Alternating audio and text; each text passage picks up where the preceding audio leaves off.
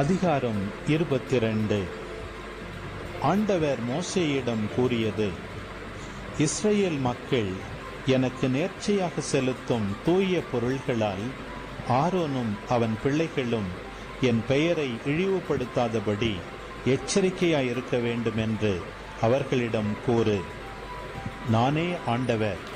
அவர்களிடம் நீ கூற வேண்டியது: உங்கள் வழிமரபினருள் எவனும் தீட்டுப்பட்டிருந்து இஸ்ரவேல் மக்கள் நேர்ச்சையாக செலுத்தும் தூய பொருள்கள் அருகில் வந்தால் அவன் என் முன் இராதபடி அழிவான்.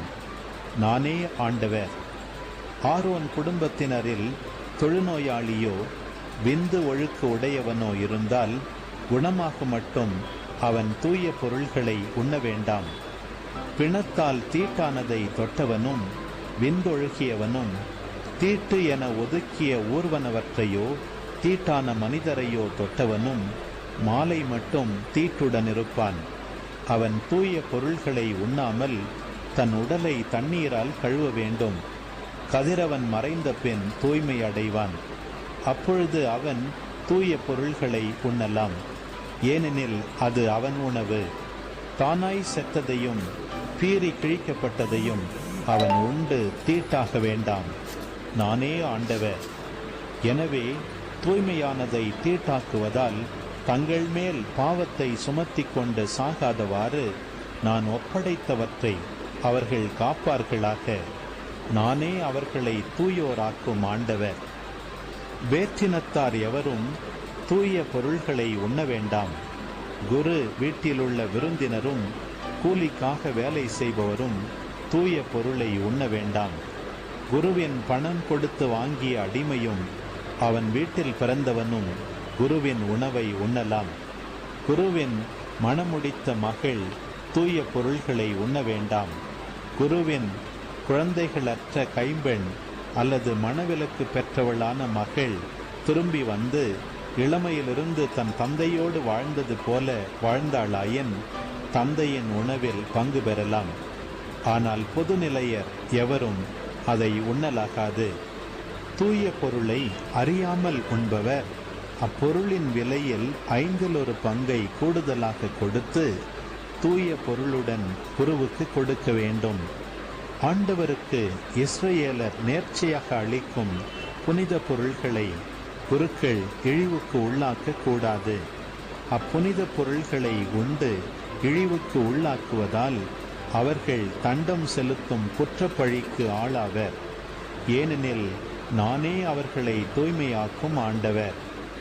ஆண்டவர் மீண்டும் மோசேயிடம் கூறியது: ஆரோன் அவன் புதல்வர் மற்றும் இஸ்ரவேல் மக்கள் அனைவரிடமும் கூற வேண்டியது: இஸ்ரவேலரோ இஸ்ரவேலரிடையே தங்கியிருக்கும் அந்நியர்களோ தங்கள் பொருத்தனைக்கேற்ப அல்லது ஆர்வ மிகுதியால் எரிபலியாக செலுத்தும் காணிக்கை அவரவர் விருப்பப்படியே மாடு, ஆடு, வெள்ளாடு எவற்றிலேனும் பழுதற்ற ஓர் ஆணாய் இருப்பதாக.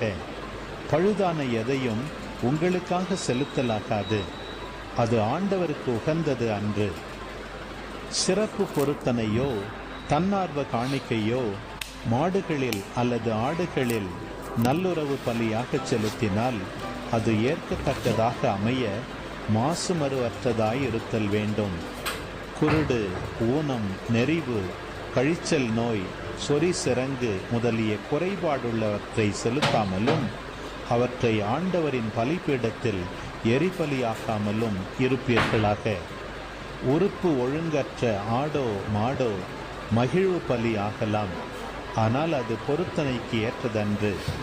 விதை நசுங்கினதையும் நொறுங்கினதையும் காயம்பட்டதையும் விதை அடிக்கப்பட்டதையும் ஆண்டவருக்கு நீங்கள் காணிக்கை ஆக்காமலும் உங்கள் நாட்டில் பலியிடாமலும் இருப்பீர்களாக. வேற்றின மக்களிடமிருந்து இத்தகையவற்றை வாங்கி உங்கள் கடவுளுக்கு உணவு படையலாக செலுத்தாதீர். அவற்றில் கேடும் பழுதும் உள்ளன. அவை உங்கள் சார்பாக ஏற்றுக்கொள்ளப்பட மாட்டா. ஆண்டவர் மோசேயிடம் கூறியது: ஒரு கன்று, செம்மறி அல்லது வெள்ளாட்டுக்குட்டி பிறந்தால் 7 நாள் அளவும் தன் தாயிடம் அது இருக்கட்டும். 8ஆம் நாளிலிருந்து அது ஆண்டவருக்குரிய எரிபலியாக செலுத்தப்படும். இது விரும்பத்தக்கது. பசுவையும் அதன் கன்றையும் அல்லது ஆட்டையும் அதன் குட்டியையும் ஒரே நாளில் பலியிட வேண்டாம். நன்றி பலியை ஆண்டவருக்கு செலுத்தினால் அது உங்கள் சார்பாக ஏற்கத்தகுந்ததாக இருக்கட்டும். அன்றே